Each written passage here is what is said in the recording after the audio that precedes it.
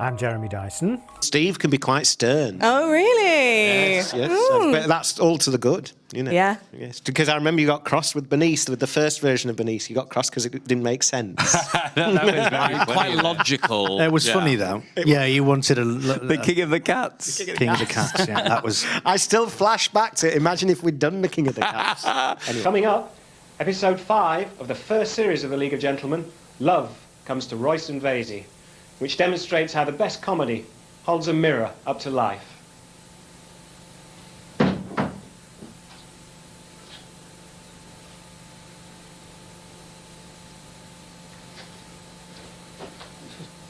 But they do have massive spiders in Brixton. Yeah? No, Do they? no, they do. Is there a sign as you go in? Cold Harbour Lane, massive spider. The first time I stayed at Nikki's, Nikki used to live at Brixton, she had a futon on the floor, and I woke up in the morning with this tickling on my face. Oh. And she just said, she was there leaning over me, frozen, saying, "Don't move, don't move." And then she pulled it off, and it was a spider. Pulled it off? And well, she went. She Like just Alien? she ran over to the door. For months, she wouldn't tell me how big it was. And then I said to her, "How big was it?" How big was it? A face hugger. Is it sucking your breath out like a cat? Jeremy, we catch a glimpse of you in a VT at one point, but you're never actually on stage. Can you tell us about that little cameo? Yes, well, it was. I played Les McQueen's love life, basically. He'd only ever had one experience with a groupie, Maureen, and I was Maureen. Although strangely, we've seen lots of people think it was Bob Mortimer. Bob Mortimer! I was convinced it was Bob Mortimer. I imagine what their impersonation of me is. That's the thing that brings me out in a cold sweat. because the thing is that you observe them do steely cold impersonations of everybody else, you know, every kind of member of the crew anybody ever meet, you know. And so therefore you have somewhere at the back of your mind a knowledge that when you're out of the room, you know, there is probably also a steely cold, accurate impersonation of you with all your tics and neuroses boiled down into one nugget. Were you to see it, you would collapse and die. Stay tuned for the second half of episode 5. Which of the characters that you play yourselves would you closely align yourselves to? Oh. Well, that's good. Maureen. Yeah, I thought that might be coming. No, let's talk about that, the Tails idea, because... Yeah. I still maintain it's a good idea. Maybe it will be made. How can it be when you've seen the ending?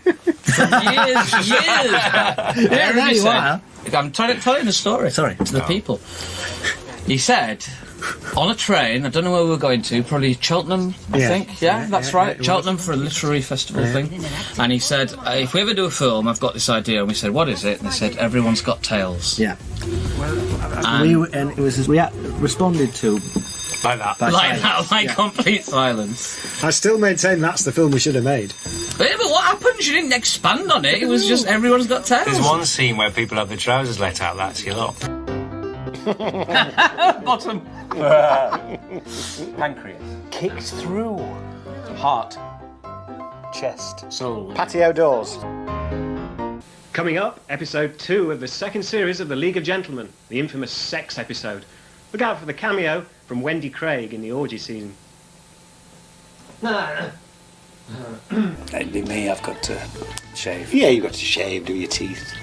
Put my teeth in to clean my tooth.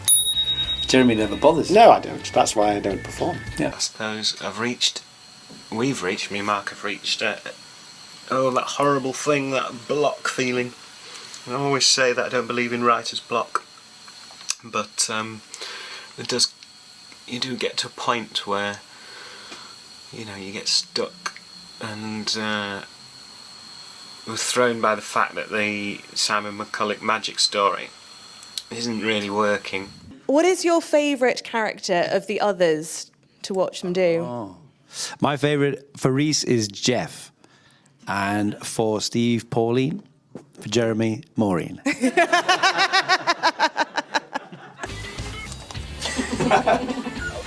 Correct. Ah. I'd been to see the Vagina monologues. I may have actually... Oh, no, it was at the Arts. I thought it was here. It was at the Arts. And I didn't really enjoy the play. It wasn't what you were hoping, was it?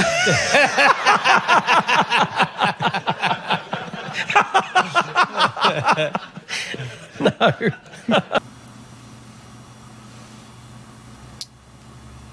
Yeah.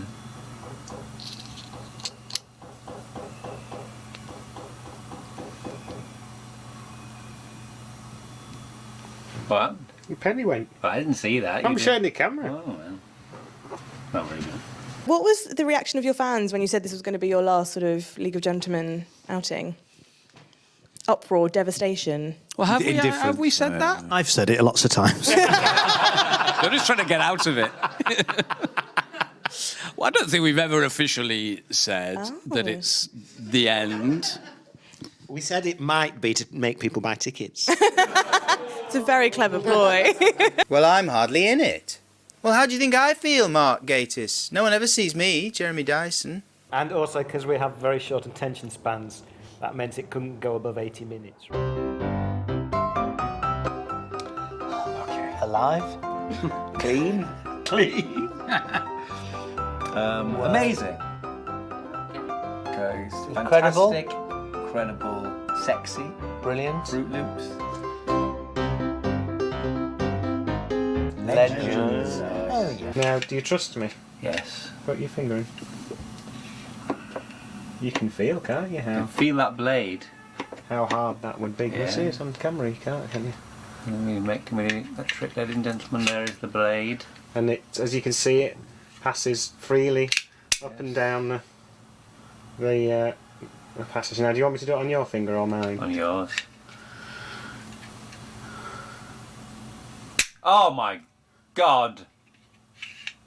Yeah, you see. There it is. You look like one of Philip Larkin's lovers. Which one? Monica Jones. Cool. Very literary of you, Jeremy. Trying to raise Of all the things. And at this point in the pentagram... Well, it's been fucking comfort. For Jeremy, it's got to be Maureen. It was all a dream. And that is the joke of this film. That's not because it's more than shameful. that. It's more than that No, because no, of the he's tail. keeping them alive, but they're keeping him alive because, as the nurses say, I wonder what's keeping him. All right, fair enough. However, Don't.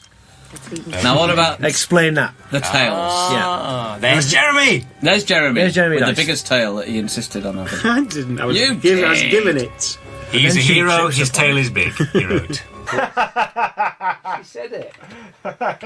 He did say that. Huh? So that's all we've got time for on the League of Gentlemen UK Play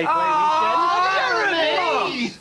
All right, one more episode. Which one? Episode 6! It's the one where Legs Akimbo come back! Yeah, and they have the wedding in the shop! And the nosebleeds and the man and everything! Spoil it.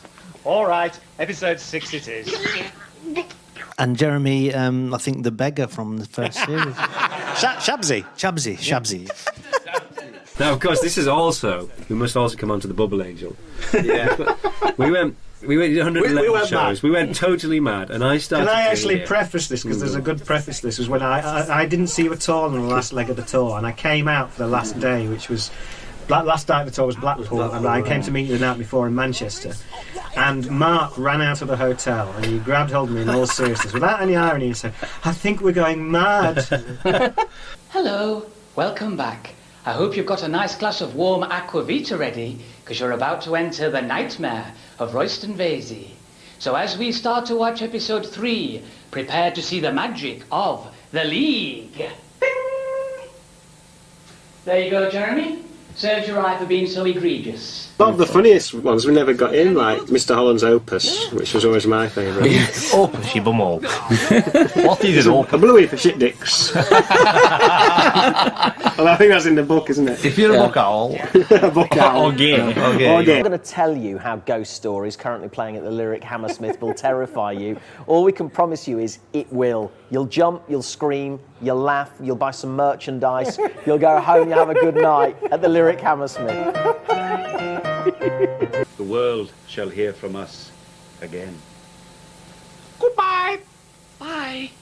Night night.